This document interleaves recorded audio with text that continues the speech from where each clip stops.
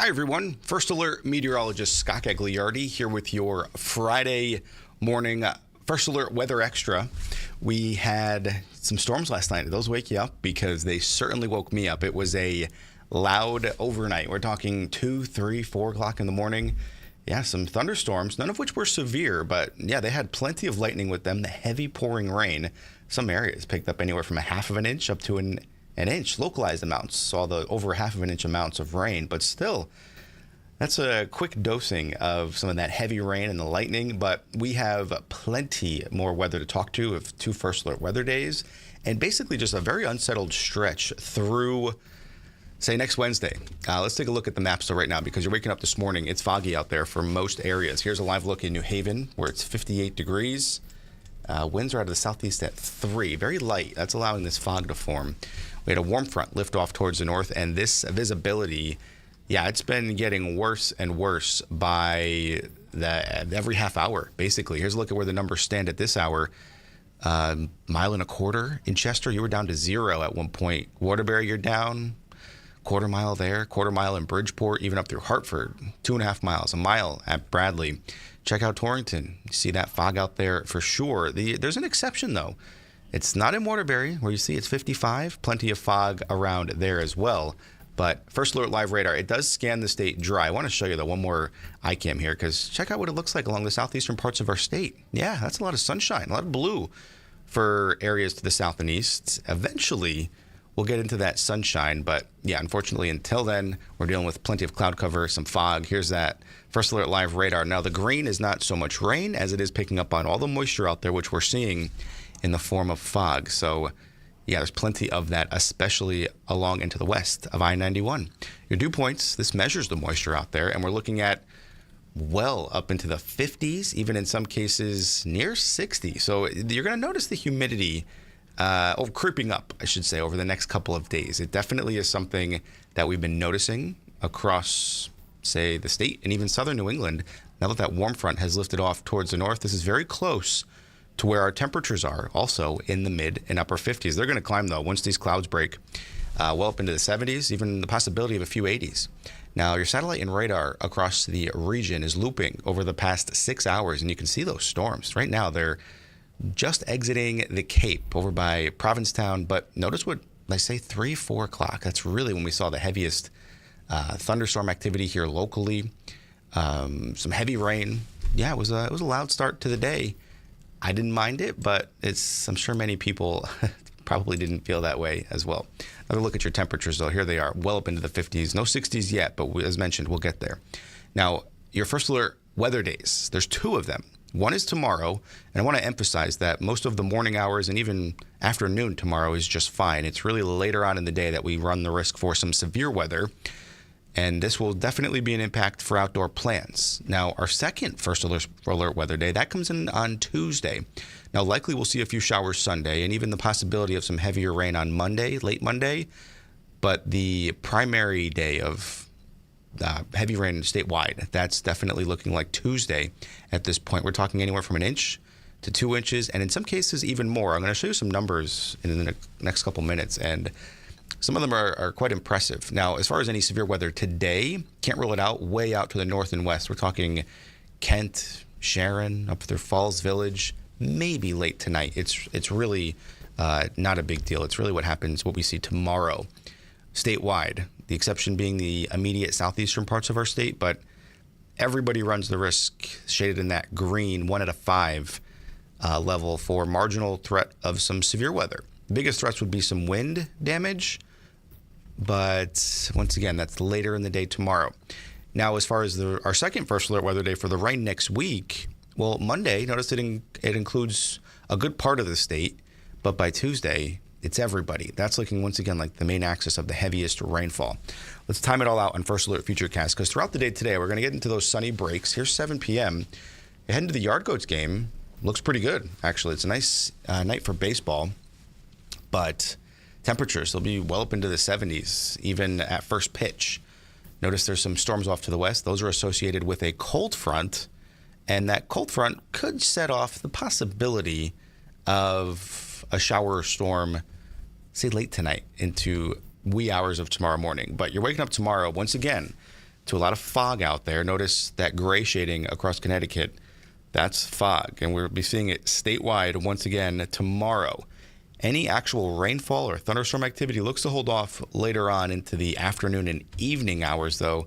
Here's around 5, 6, 7 o'clock, scattered showers and storms around. And notice towards New Jersey, some of them, the indications anyway, are that some of these storms could have a look to them. It could indicate the possibility of some wind damage. Now, whether or not that makes it into Connecticut remains to be seen. But farther to the south and west is certainly a bigger threat. But still, here in Connecticut, you're going to get into some of those storms. It will be a loud evening once again. This is once again Saturday night. And then by Sunday, scattered showers around. It's a very cloudy day. We'll be lucky to see the sun on Sunday. And once we get to the afternoon, into the evening, notice the main axis of rain on Sunday is just to the west of Connecticut through, say, parts of New York State and eastern Pennsylvania. But we get into it later on in the evening hours, especially overnight Sunday into Monday. And as you just saw, there's an excessive rainfall threat on Monday, but the biggest threat is certainly Tuesday.